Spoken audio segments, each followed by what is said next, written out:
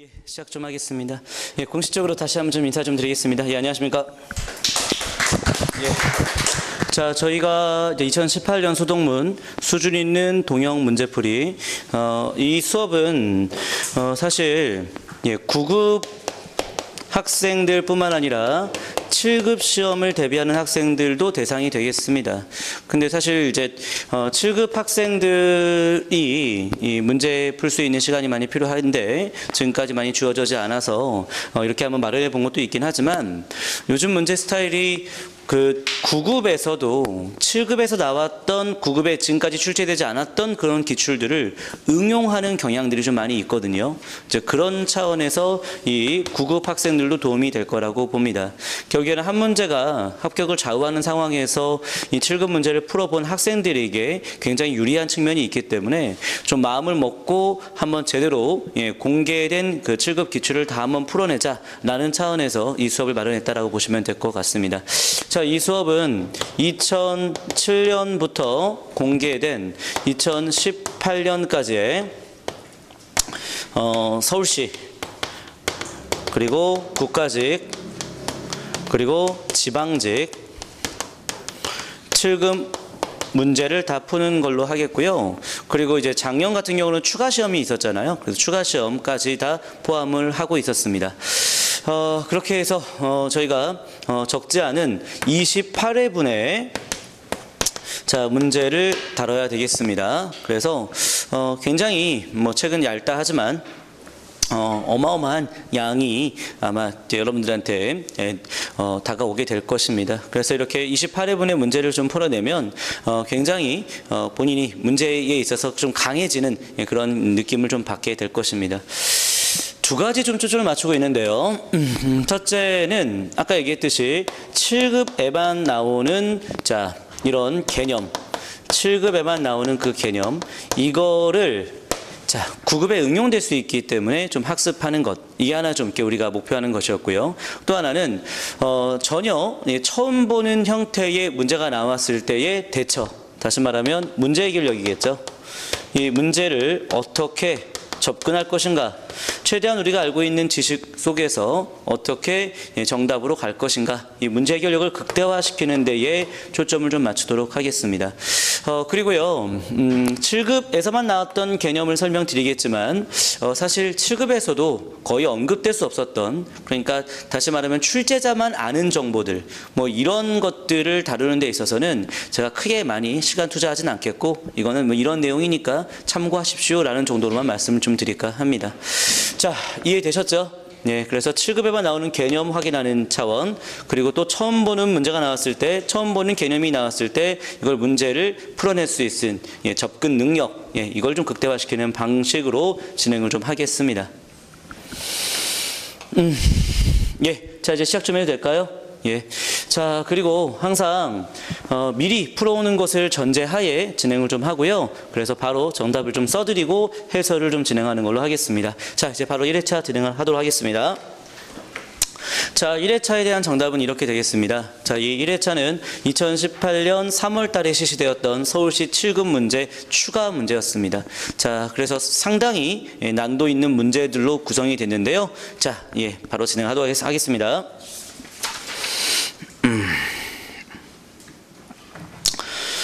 자, 그리고 각 시험별 합격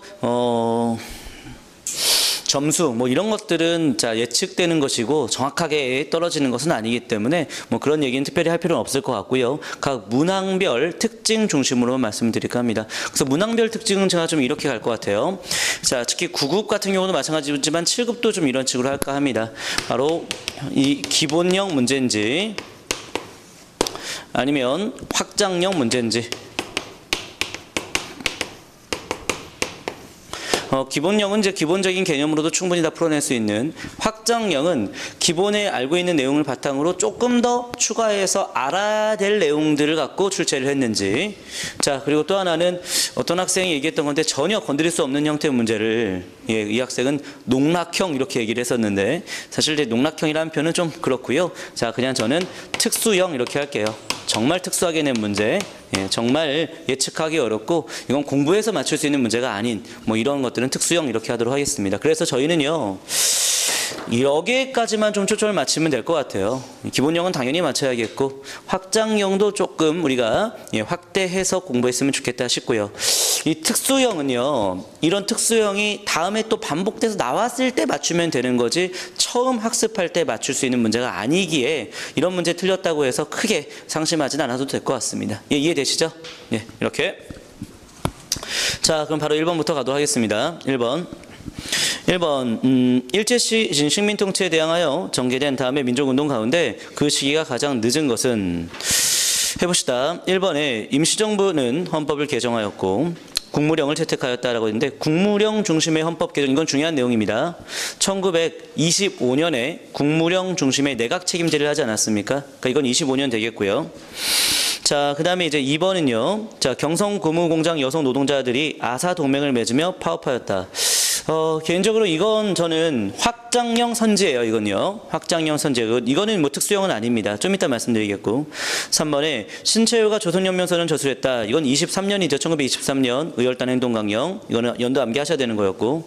자, 그 다음에 이봉창이 동경에서 일왕의 행차에 폭탄을 던졌다라고 되는데 이건 이제 한인애국단이 만들어진 다음에 이봉창 의거가 나왔다는 얘기잖아요. 1932년 되겠습니다. 자, 1번하고 3번하고 4번은 확실히 떨어지는데 그래서 이것 중에는 가장 늦은 게 4번 되겠는데요. 2번은요. 자, 여성 노동자들이 파업을 하였다. 특히 경성 고무공장 여성 노동자들이 이 아사동맹을 맺으면서 파업했던 것은 당시 이것은 경제적 투쟁으로 볼 수가 있어요. 그리고 이제 이렇게 파업을 통해서 뭔가 노동자들의 권익 향상을 위한 노력이 되기 때문에 이건 경제적 투쟁으로 보고 20년대다 이렇게 추정을 좀 하면 되겠습니다. 정확히 1923년이 되긴 하거든요. 예, 그러니까 여러분들 잠깐만 이게 1923년에 자 이렇게 경성 당시 고무공장의 여성 노동자들의 아사동맹 파업 이건 23년인 거는 솔직히 문제 풀 때 못 맞춰요. 예, 근데 이거는 한 20년대쯤에 이렇게 파업들이 많이 전개되었다. 이렇게 하시면 되겠습니다. 공식적인 파업이잖아요. 근데 여러분들 30년대로 가면은 이때는 이제 적색, 혁명적 노동조합 이런 표현으로 많이 나오지 않습니까? 그래서 그건 20년대로 추정해서 문제 풀면 되겠습니다. 자, 그래서 정답은요. 예, 4번 되겠습니다. 그래서 저는 이 문제는 확장형으로 좀 볼게요. 자, 그 다음에 이제 2번 갑니다. 자, 보기 1 지도에 대한 설명으로 옳은 것을 모두 고른 것은 김사영과 이회의 세계지도. 자, 특히 태종 때 만들어졌던 세계지도인데 여러분들 자, 7급 풀 필요가 있는 이유가 바로 여기에 있어요. 뭐 아시겠지만 이번 국가직에 이 혼일강리 역대국도지가 나왔잖아요. 그렇죠? 선지도 거의 비슷합니다. 예. 자, 그래서 혼일강리 역대국도 지도니까 기억에 자, 원나라 세계지도 참고했고 한반도 일본 참가했습니다. 이번에 지도의 중심에 중국이 위치하였고 중국과 한국을 실제보다는 좀 크게 그렸습니다. 유럽과 아프리카까지 포함했죠. 그러니까 유럽과 아프리카를 포함한 이유는 원나라가 여기까지 다녀왔었잖아요. 그러니까 원나라의 세계지도 참고했으니까 볼 수 있는 거 맞습니다. 자, 리을에 류크쿠 대학의 모사본 하나가 소장되어 있는 거 맞고요. 자, 그 다음에 이제 미음이 제일 중요한 선지인데, 자, 특히 동국지도도 만든 바가 있다라고 했는데, 동국지도는 세조 때 만들어진 거죠. 이제 이회, 태종 때 활동했던 이회가 어떻게 세조 때 동국지도를 만들 수 있겠습니까? 이건 말이 안 되죠. 자, 그리고 동국지도는 양성지라는 사람이 주도했었습니다. 세조의 동국지도. 자, 그래서 정답은요. 기, 니, 리. 답은 1번 되겠습니다. 예, 되셨죠? 네. 자, 그래서 이 문제는 아주 기본형 문제였습니다. 자, 기본형 문제는 따로 체크하지 않을게요. 예, 그 다음에 이제 3번 갑니다. 자, 보기에 가가 건립된 왕이라고 되어 있는데 이거 지금 자료가 광개토 대왕 릉비라는 것은 잡아낼 수 있겠죠. 첫 번째 줄에 집안현에 있는 광개토 대왕 릉비. 자, 그러면 광개토 대왕 릉비는 또 일본이 이렇게 막 여러 석회를 석회를 떼어서 발랐기도 하고 막 그래서 광개토 대왕 릉비를 훼손을 또 시도했던 그런 움직임도 있었던 것인데요. 지금 현재 발문에서 건립된 왕이라고 되어 있습니다. 건립된 왕. 자, 이걸 건립했을 때 왕은 장수왕이 되는 거 맞죠? 그렇죠? 이거 상당히 난이도 있는 문제가 맞습니다만 장수왕이 되겠습니다. 그러면 장수왕인데 해볼게요. 북연 왕인 풍홍을 둘러싸고 북이 및 송 갈등을 빚었다라고 되어 있습니다. 그 잠깐 놔두시고요. 자, 거란족 비려 세계 불악을 격파했고 소말 양을 노획하였다. 잠깐 놔두시고요.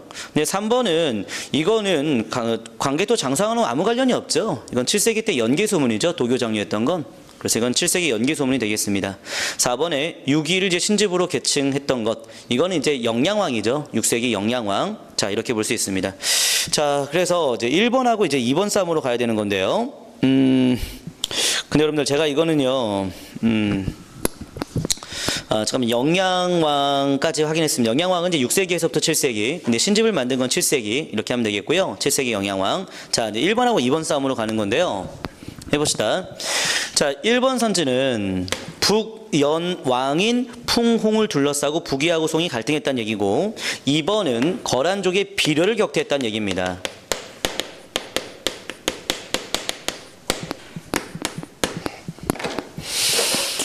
먼저 결론부터 얘기하면 이건 특수형으로 가지 않고 저는 이건 확장형으로 가려고 합니다. 이 3번 문제는요. 자, 왜냐하면 여러분들은 이 개념을 아마 처음 봤을 거예요. 근데 솔직히 말하면 저도 선지를 보고 알았던 내용이긴 합니다. 그런데 저는 좀 일본으로 좀 갔어요. 왜냐하면 광개토 대왕이 영토 확장하는 과정에서 비려, 숙신, 부여 이런 내용 나오잖아요. 그렇죠? 예, 그리고 이제 후연까지, 그렇죠? 이런 내용 나오잖아요. 그래서 지금 비려를 격퇴한 것은 광개토 대왕으로 봐야 되겠죠. 그렇죠? 그렇게 좀 하고요. 북이와 송과의 대립, 이건요, 예, 여러분들 이게 뭔 얘기냐면 문제가 잘 만들어지면요, 문장에서 오류를 만들지 않아요. 좋은 문제는요, 그 문장에서의 의미를 파악하는 게, 시기를 파악하는 게, 특징을 파악하는 게 더 중요합니다. 지금 요 얘기는요, 북연왕인 풍홍, 이 내용은 이거거든요. 당시 풍홍이 당시 북이하고 대립을 하거든요. 근데 이제 그 과정에서 당시 고구려 장수왕이 이제 이 풍홍을 이제 받아들이기도 합니다. 그래서 북이하고 좀 사이가 나빠졌어요. 근데 이제 이 풍홍이라는 자가 이제 송나라에 투항을 하겠다라고 해가지고 결국에는 송은 여기 남조의 송입니다. 그래서 이제 장수왕이 이제 풍홍을 죽여버린 이런 사건이 있었어요. 근데 이런 사건을 다 알 필요는 없는데, 근데 결국에는 북이하고 송이 대립하는 과정에서 그 대립을 적절하게 이용했다는 얘기인 거예요. 그렇죠? 근데 여러분들 알겠지만 장수왕 때 남북조와 교류하지 않았습니까? 교류도 했지만 이 둘의 관계를 잘 활용해서 국제관계에서 주도 권을 계속해서 잡고 있었던 거거든요. 장수왕이. 그 얘기를 하고 있는 겁니다. 그래서 여긴요, 지금 이 문장이 사실관계에 맞냐 안 맞냐 이걸 떠나서 결국에는, 자, 장수왕 때는 북이와 송 사이에서 남북조의 관계를 잘 적절하게, 자, 교류도 했고 또 그 관계를 이용해서 장수왕이 계속해서 5세기 때의 중심 국가로서의 활동을 하거든요. 근데 그 얘기를 얘기하고 있는 겁니다. 그래서 답을 1번으로 체크하시면 되겠습니다. 알겠죠? 그래서 저는 이거는요, 1번 선지에 대한 내용을 몰랐다 하더라도 2번 비려는 광개토대왕으로 가셔야 되겠고, 그 다음에 이제 북이와 송 사이에서의 갈등, 이거를 좀 확인해야 되겠습니다. 예, 이렇게.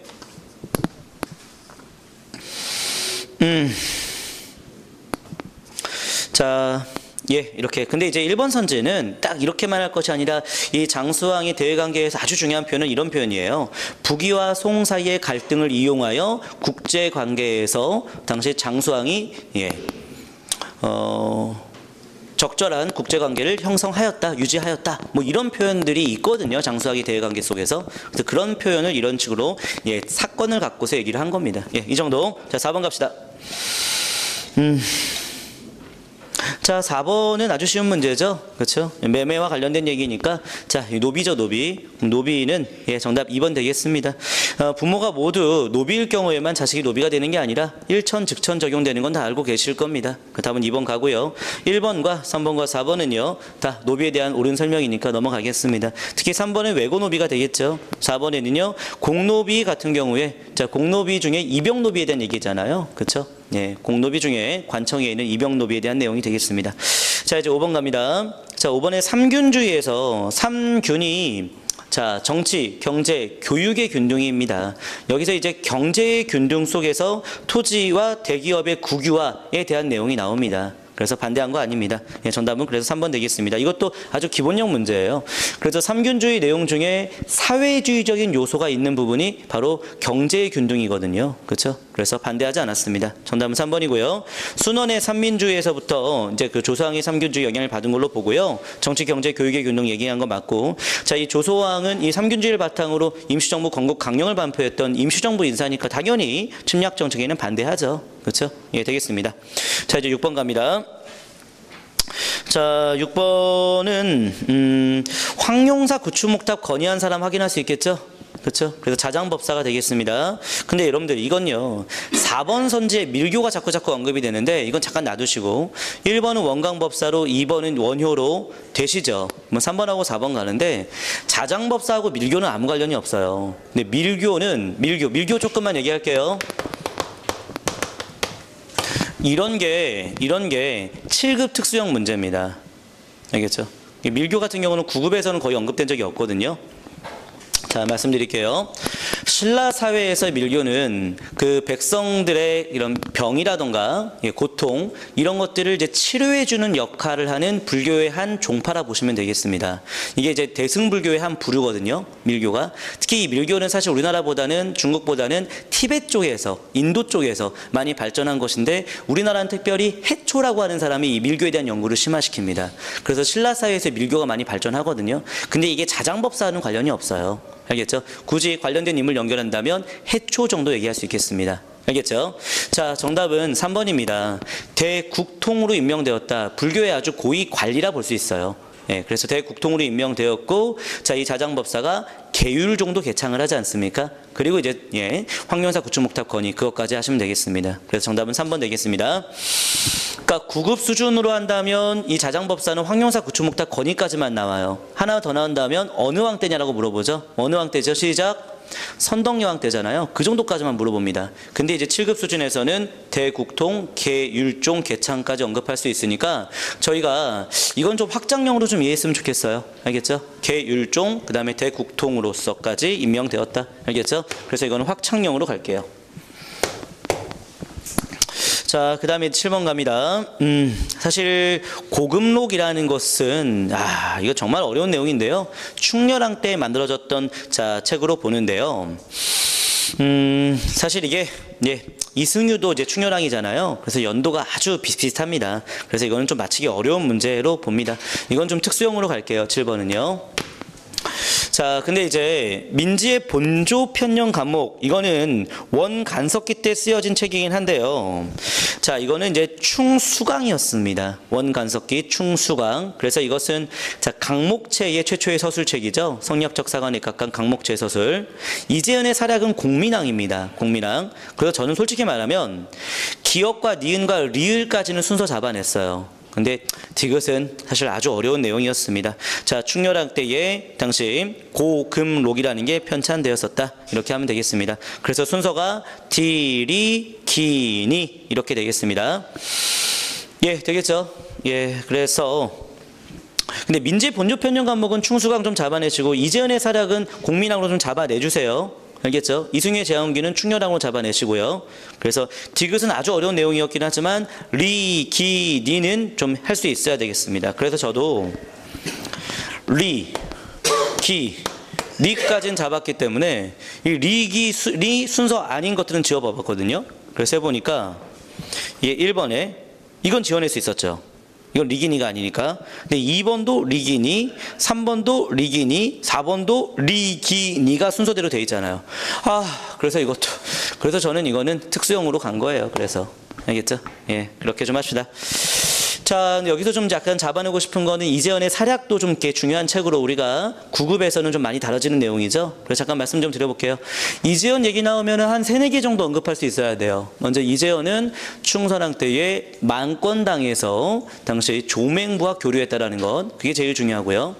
또 이제 충선왕이 굉장히 그 원나라에서 유배가고 그랬을 때에 충선왕의 복위를 위해서 많이 노력을 했다라는 거, 충선왕의 그 억울함을 해결하기 위해서 굉장히 많이 호소했다는 노력들. 자, 그리고 이제 이재현 이자가 이제 공민왕 때의 성리학적 사서 바로 사략을 썼다라는 것. 특히 이 사략은 왕실의 권위회복이라던가 또는 당시 대의명분 이런 것들을 굉장히 많이 강조했던 책이라는 것. 현재는 사로만 남아 있다는 것. 그 정도 언급할 수 있겠습니다. 예, 되겠죠? 그래서 이재현은 좀 중요한 인물이기 때문에 이 정도 언급하고요. 자, 그 다음에 이제 8번 가보겠습니다. 전 개인적으로 8번 문제 좀 문제 만드는 데에 정확성이 조금 떨어져요. 왜냐하면 정답은 3번이긴 한데 이게 탐관오리의 자식과 제가한 여자의 아들과 손자 서얼의 응시를 제안하는데 뭐가? 과거가? 솔직히 과거 아니거든요. 문과거든요. 그래서 주어가 생략됐어요. 3번 선지에. 그래서 경국대전에 의하면 문과는 탐관오리의 자식, 재간여들의 자식과 손자, 서얼의 응시를 제한했다. 이게 문과는이란 주어가 좀 들어가줘야 돼요. 왜냐하면 여기는 알겠지만 서얼이 묵과 작과 볼 수 있잖아요. 근데 묵과 작과는 과거 아닙니까? 그것도 과거잖아요. 그래서 문제에 조금 정확성이 좀 떨어지긴 하는데, 근데 어쨌든 다른 선지들이 너무나 잘못됐기 때문에 가장 옳은 것으로 얘기했을 때는 3번으로 갈 수 있겠습니다. 자 1번 갑니다. 속가인 생원과 진사시에 합격하면 문과에 응시할 수 있었습니다.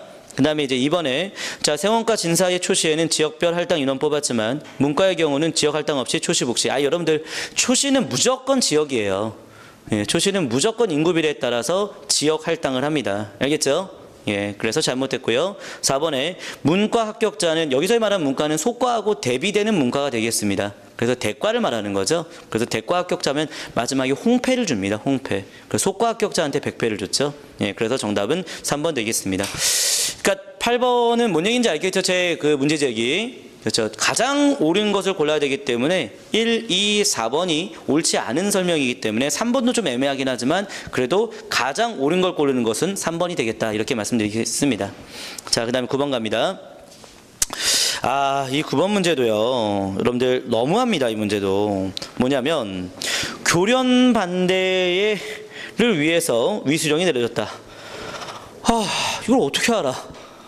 이것도 저도 좀 처음 보는 선지였는데요. 이제 한번 해봅시다. 이 기억은 되죠. YH 무역 사건. 이건 기억은 될 겁니다. YH 무역 사건은 79년이니까 기억은 되겠고. 그 다음에 니은도 되죠. 삼전 개헌이 69년이었으니까 69년. 자, 니은도 되고. 자, 그 다음에 자 리을의 동아일보 기자들이 언론자유수 운동을 펼쳤다. 이거는 이제 유신 때입니다. 그래서 한 75년쯤이 됩니다. 유신 때 동아일보 언론자유수 운동. 그래서 리을이 되겠습니다. 그러면 저도 지금 디귿을 모르는 상태에서 선지 이제 순서 잡아야 돼요. 그래서 니리기 순서가 지금 있어야 됩니다. 근데 해보니까 1번 안 돼요. 니리기 안 돼요. 2번도 안 돼요. 그렇죠? 3번에 이것도 안 돼요. 3번은 니리기 안 되죠. 이것도. 그다음에 4번은 니리기가 돼요. 그렇죠? 디귿은 정확히 뭔지 모른다.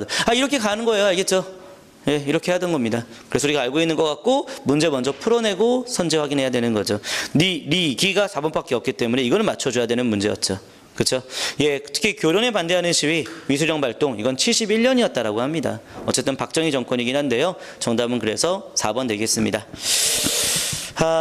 그 9번 문제는 확장형으로 좀 봐야겠고요.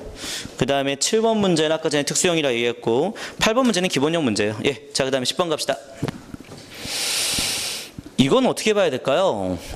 저희 10번 문제는요. 저는 이 문제는 기본형으로 좀 할래요. 왜냐하면 첫 번째 줄에 민족의 치욕이라는 표현을 쓰고 있잖아요. 민족의 치욕. 그렇죠? 민족의 치욕을 얘기하는데 이거는 결국엔 민족의 치욕을 느낀 것 바로 을사조약을 얘기하는 겁니다. 그렇죠? 그래서 을사조약 당시에 민영환에 자결하기 전에 썼던 유서라고 볼 수가 있겠는데요. 자, 그래서 이것은 을사조약, 을사의병에 대한 얘기로 봐야 되기 때문에 답은 4번 갈 수 있겠습니다. 민종 측은 을사의병 때 활동했던 대표적인 인물인 걸 알고 계시죠? 이렇게 했고, 자, 1번은 동학농민운동이 되겠고 2번은 군인 얘기잖아요. 그렇죠? 나라를 지키지 못하면 10,000번 죽어도 아깝지 않다. 그래서 이제 군인이 해산됐을 때에 그때 이제 자결하셨던 박승환이라고 들어보셨죠? 박승환의 자결에 대한 내용이었고 3번은 국모의 원수 갚는다는 것, 이거 을미의병 되겠죠? 답은 4번 되겠습니다.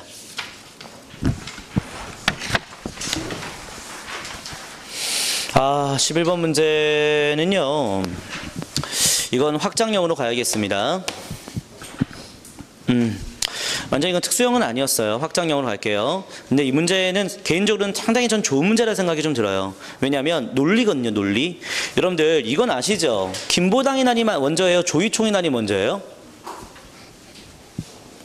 김보당 다음에 조이총이죠. 필기할 때도 제가 그렇게 썼던 것 같은데 김보당 조이총의 난입니다.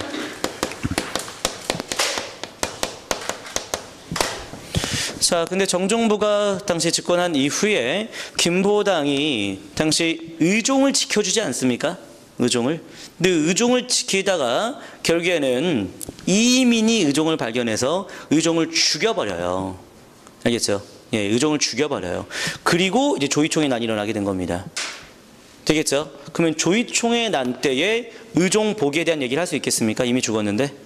예, 그러니까 그런 형태의 문제였어요. 그래서 이 문제는 좀 잘 만든 문제입니다. 예, 답은 그래서 1번 되겠습니다. 조이총은 무신에 대한 반발이죠. 정중부 집권에 대한 반발이죠. 그렇게 해야 되지 의종 복위에 대한 언급을 하면 안 되겠습니다. 자, 김삼이 효심의 난은 이제 신라 부흥운동의 성격을 띠는데 연대했고요. 그다음에 최충원은 명신 희강고거든요. 명신 희강고. 명종 때 봉사십조를 올렸다 하지만 명종을 폐위시키고 이제 명신 희강고 이렇게 이어집니다. 그래서 여러분들 자 해볼게요. 잠깐만. 그러니까 정중부 경태승 이민 때까지는 쭉 명종이었고, 그리고 최충원 때 명신 희강고 이렇게 되거든요. 왕이 이렇게 바뀌거든요. 그러니까 최우 때는 당연히 왕이 고종이 되는 거죠. 그렇죠? 그래서 최우가 강화천도 했을 때 그때 왕을 물어본다면 고종으로 가는 거잖아요. 그렇죠? 이렇게 되겠습니다. 옳은 설명 되겠어요? 그 다음에 4번에 최이가 죽었을 때에는 왕후처럼 당시 장례를 치렀다. 이게 이제 고종 때거든요, 이것도. 그래서 최충원, 최우 다 그런 대우를 받았다 그 얘기입니다. 자, 이렇게 하면 되겠고요. 여기서 말하는 최이는 이제 최우를 말하는 거예요. 최우, 최이 같은 말입니다. 자, 그 다음에 이제 12번 가보겠습니다. 네, 잠깐만. 11번 문제는 좀 어려웠던 문제가 맞긴 한데요. 근데 약간 논리를 좀 접근하면은 저는 이거는 특수형은 아니고 확장형이라고 생각이 좀 들어요. 왜냐면 조이총은 바로 김보당 다음이기 때문에, 김보당 때에 의종이 죽었기 때문에 조이총 때는 의종 복위를 얘기할 수 없다. 이렇게. 자, 그 다음 문제 12번 갑니다. 자, 이거는 마저 기본형 문제죠. 세계 기록유산 아닌 것. 예, 답은 2번. 열하일기는 아무 관련이 없죠. 자, 1번엔 승정원 일기, 3번에는 유교 책판이라고 해서 유학자들이 저작물을 간행하기 위해서 판각한 책판인데 이게 굉장히 그 상태가 잘 보존되어 있고요. 그 다음에 당시 유학자들의 그 공동 저작물로서의 의미가 아주 큽니다. 예, 그래서 유교 책판도 기록유산으로 인정이 됐고요. 예, 4번은 이제 의교에 대한 얘기죠. 그렇죠? 예. 그 다음에 13번 갑니다. 이 문제는 조금 논란이 좀 있습니다. 이 문제는요. 예, 근데 또 가장 옳지 않은 거기 때문에 답을 2번으로 간 겁니다. 왜냐하면 사만통보, 해동통보는 동전이 맞죠. 근데 건원중보는 이건 철로 만들었기 때문에 철전이기 때문에 아닌 걸로 봅니다. 예, 그래서 동전이 아니라 그래서 답은 2번 이렇게 보는 건데요. 이거는 좀 너무 심합니다. 예, 특수형으로 갈게요. 이 문제는요. 자, 1번 선지에 당시 고려의 종이가 아주 유명합니다. 즐기고 반질거려서 등피지 이렇게 별명을 얻었습니다. 자, 특히 고려의 종이는 이제 수출품으로도 활약을 했었어요. 자, 그 다음에 이제 3번에 여러분들 시전은 개경에 있는 게 맞죠. 근데 요즘 최근에 계속해서 시전이 서경에도 있었다라고 좀 언급을 합니다. 알겠죠? 이게는 아마도 그 서경의 분사제도라는 게 있잖아요. 그래서 시전을 당시 서경에서도 만들지 않았을까라는 내용입니다. 실제로 이제 그런 기록들도 좀 있고요. 그래서 옳은 설명입니다. 서리양리 군인, 악공 이런 사람들도 국가의 관리잖아요. 그렇기 때문에 수조지를 받았습니다. 예, 되겠습니다. 정답은 2번. 자, 그 다음에 이제 14번 갑니다. 이 문제는 이거 좀 잘 만든 문제예요. 이건요. 제가 봤을 때 아주 잘 만든 문제로 봅니다. 내용은 계백의 황산벌 전투 되겠죠. 그러니까 백제가 멸망하기 직전의 상황이 되겠습니다. 근데 이제 보기 2는요. 고구려의 연정토가 투항하는 모습이 되기 때문에 고구려가 멸망하는 과정으로 볼 수가 있겠습니다. 고구려 멸망하는 과정. 네, 해봅시다. 연도 암기하는 건 아니고요. 지금 현재 백제 멸망 과정, 고구려 멸망 과정으로 얘기하는 거라 볼 수 있겠습니다. 1번에 고구려에서는 연개소문이 정변을 일으켜서 정권을 잡았다. 이거는 황산벌 전투 이전의 모습이죠. 그 다음에 김춘추가 당에 가서 백제 정벌을 위한 군사, 이것도 자 황산벌 전투 이전의 모습으로 볼 수 있죠. 3번에 당이 신라왕을 계림주 대도독으로 임명하였다. 계림도독으로 임명하였다. 이거는 자 결국에는 여러분들 이거 아시죠? 자 일로 와볼게요. 백제 멸망을 했고 그 다음 고구려 멸망을 했고 근데 백제 멸망한 다음에는 웅진도독부 나오고 그 다음에 신라지방에다 계림도독부를 만들잖아요. 그리고 고구려 멸망한 다음에 뭘 만드는 겁니까? 안동도부를 설치하는 거잖아요. 그렇죠? 그래서 고구려 멸망 직전에 요 상황인데 요 사이에 그래서 계림도독부가 있었다라는 얘기를 하고 있는 거예요. 그래서 계림도독부 설치고 그 계림도독으로 문무왕을 임명했다는 내용이거든요. 알겠죠? 그래서 정답은 3번 되겠습니다. 4번에 건모자 및 안승을 받들고 고구려 부운동. 이거 너무나 좋은 문제인데요. 자, 왜냐하면 고구려 멸망 직전에 연정토가 투항한 건데 고구려 멸망한 다음에 고구려 부운동이 나오게 되는 거 아니겠습니까? 안승의 활동. 그러니까 이거는 4번 선지는 지금 나 이후에 보기 2 이후의 모습으로 가야 되는 거죠. 그래서 저는 개인적으로 이거는요. 기본형 문제로 좀 봐야 될 것 같아요. 좀 어려운 문제긴 했지만 이건 아주 확장되는 건 아니었습니다. 예, 이 정도. 자, 그 다음에 이제 15번 가봐야겠습니다. 그러니까 잠깐만요. 이 14번 같은 문제가 딱 9급에서 시간을 좀 잡아먹고 어렵게 낼 수 있는 스타일이에요. 예. 그래서 7급 문제를 풀어내는데 좀 좋은 것이 바로 이 14번 같은 문제 때문입니다. 알겠죠? 그 다음에 이제 15번 갑니다. 기억은 모스크바 상국 외상회의가 되는데 이거는 해방 이후죠. 45년 12월이었습니다. 니은은 제주도 파병과 정부에 반대하는 군인들이 반란을 일으켰다. 이거는 이제 그 대한민국 정부 수립 이후에 나타났던 여수 순천 10.19 사건이 되겠죠. 그러니까 48년 10월이 되겠습니다.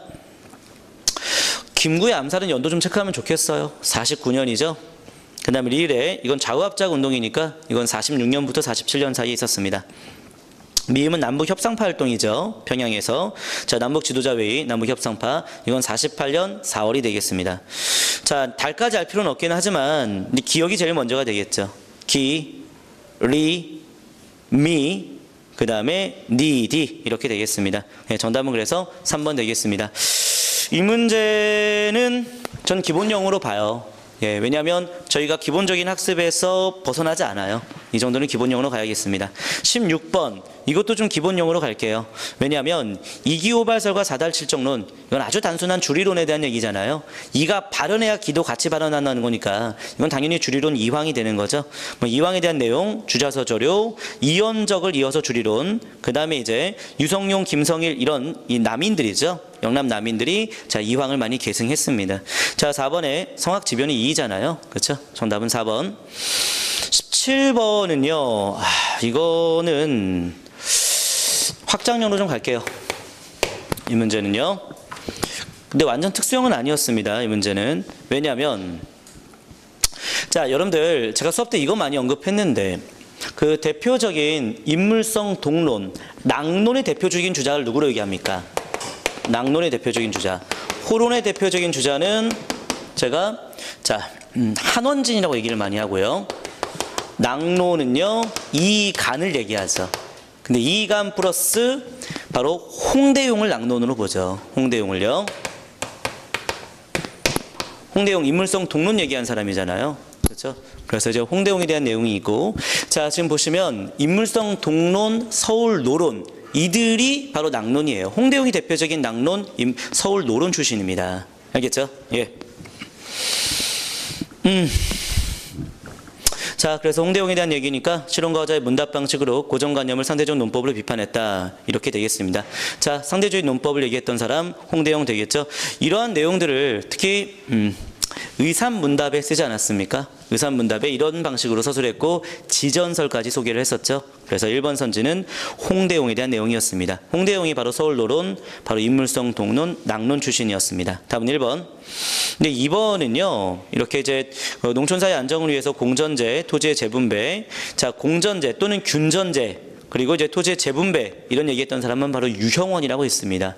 근데 유형원은요 북인계 쪽에서 활동했던 남인으로 봐요. 아버지는 북인인데 본인은 본격적으로 남인하고 많이 교류했던 걸로 봅니다. 자 이렇게 하고요. 3번은 백과사전식의 서술, 이익이 성호사설 쓰지 않았습니까? 성호사설이 백과사전인데요. 이익은 대표적인 남인 계열이에요. 예, 그래서 여러분들 중농실학자들 있잖아요. 그래서 유형원, 이익, 정약용 이들은 대부분 좀 남인이 많았습니다. 남인. 자, 그래서 3번은 남인으로 봐야 되겠고요. 4번은 이건 이게 바로 연려실 기술이 되겠습니다. 조선의 정치사를 기사 본말체로 서술되었던 이익 연려실 기술. 근데 이익은요 붕당으로 얘기하면 좀 이따 말씀드리겠고, 이 사람은 강화학파로 보죠. 이익, 이광사 다 강화학파로 봅니다. 예, 근데 강화학파, 양명학 그쪽은 소론에서부터 많이 나왔거든요. 그래서 이익도 소론으로 보기도 합니다. 이렇게 답은 1번 되겠습니다. 좀 어려웠어요. 네, 18번은 아주 기본형 문제죠. 자, 신간의 3대 강령이었고요. 그래서 농촌진흥운동은 아무 관련이 없죠. 예, 답은 2번 되겠고요. 19번은요. 바지를 붉게 자 물들었다라고 됐고 적고적의 난이 되겠습니다. 근데 여러분들 이 지금 2018년 서울시 7급 추가 문제를 만든 사람들은 좀 검토가 필요할 것 같아요. 앞으로 이런 사람을 앞으로 계속 출제진에 포함시킬 것인가에 대해서는 출제 인프라에서 조금 검토를 좀 할 필요가 있지 않을까 싶어요. 왜냐하면 이거 다 지금 진성여왕 얘기하고서 진성여왕 내에서의 전후관계를 묻는 건데 이게 무슨 의미가 있습니까? 예, 이거 다 진성여왕이에요. 다 진성여왕. 자, 그래서요, 지금 적고적의 난, 이거 진성여왕이잖아요. 그럼 이거 진성여왕 때 적고적의 난 이후의 모습이던데, 이 적고적의 난의 연도를 암기해야 돼요? 우리 정근대사까지 연도 암기해야 됩니까? 너무했습니다. 그런데 이제 4번에, 이건 완전히 진성여왕과는 거리가 멀죠. 궁예가 후 고구려를 건국했던 시기는 바로 901년인데, 이때는 진성여왕이 죽은 이후입니다. 정확히 효공왕 때가 되긴 하는데요. 어쨌든 진성여왕 때는 아니기 때문에 답은 4번 되겠습니다. 1번에 3대목 진성여왕 때 맞고요. 자, 그 다음에 2번에 자 원종과 애노의 난, 이것도 진성여왕 맞죠? 3번에 최치원이 시무십조 건의했던 거, 이것도 진성여왕 맞죠? 그렇죠? 예, 다 진성여왕 되겠습니다. 그런데 적고적의 난이 제일 뒤고요. 최치원이 먼저 원종과 애노의 난과 3대목 중에 3대목이 첫 번째 888년, 원종과 애노의 난이 889년 두 번째, 최치원의 시무십조 894년의 세 번째. 네, 이것까지는 하지 마시고요. 어쨌든 그렇다는 얘기입니다. 자, 그 다음에 적고적의 난이 896년 이렇게 되는 거거든요. 어쨌든 1, 2, 3은 다 적고적의 난 이전이었던 거예요. 근데 4번은 완전히 진성여왕이 아니기 때문에 답은 4번 이렇게 가도록 합시다. 알겠죠? 자, 잠깐만. 자, 우리가 풀어낼 수 있는 정보는 이 정도입니다. 뭐냐면 궁예, 그리고 견원, 양길, 이들의 활동의 시작은 진성여왕이 맞다. 하지만 자, 견원이 후백제를 세웠다던가 궁예가 후 고구려를 세웠다던가 그때에는 진성여왕이 죽었던 효공왕 때다. 이렇게 하면 되겠습니다. 알겠죠? 예, 그 정도만. 이 문제 때문에 진성여왕의 전후관계를 다 파악하는 형태의 개념은 제가 다루고 싶지는 않습니다. 예, 그 다음에 이제 마지막 20번 갑니다. 아, 이 문제는 근데 좀 좋은 문제예요. 뭐냐면 지금 현재 송시열이 처형당했던 사건이네요. 자, 숙종 때 있었던 황국 중에 하나가 되겠죠. 기사왕국이 되겠습니다. 자, 숙종에 대한 얘기인데요. 예, 1번 선제는 나선정벌이죠. 그리고 나선정벌은 효종이었습니다. 그래서 답은 1번 되겠고요.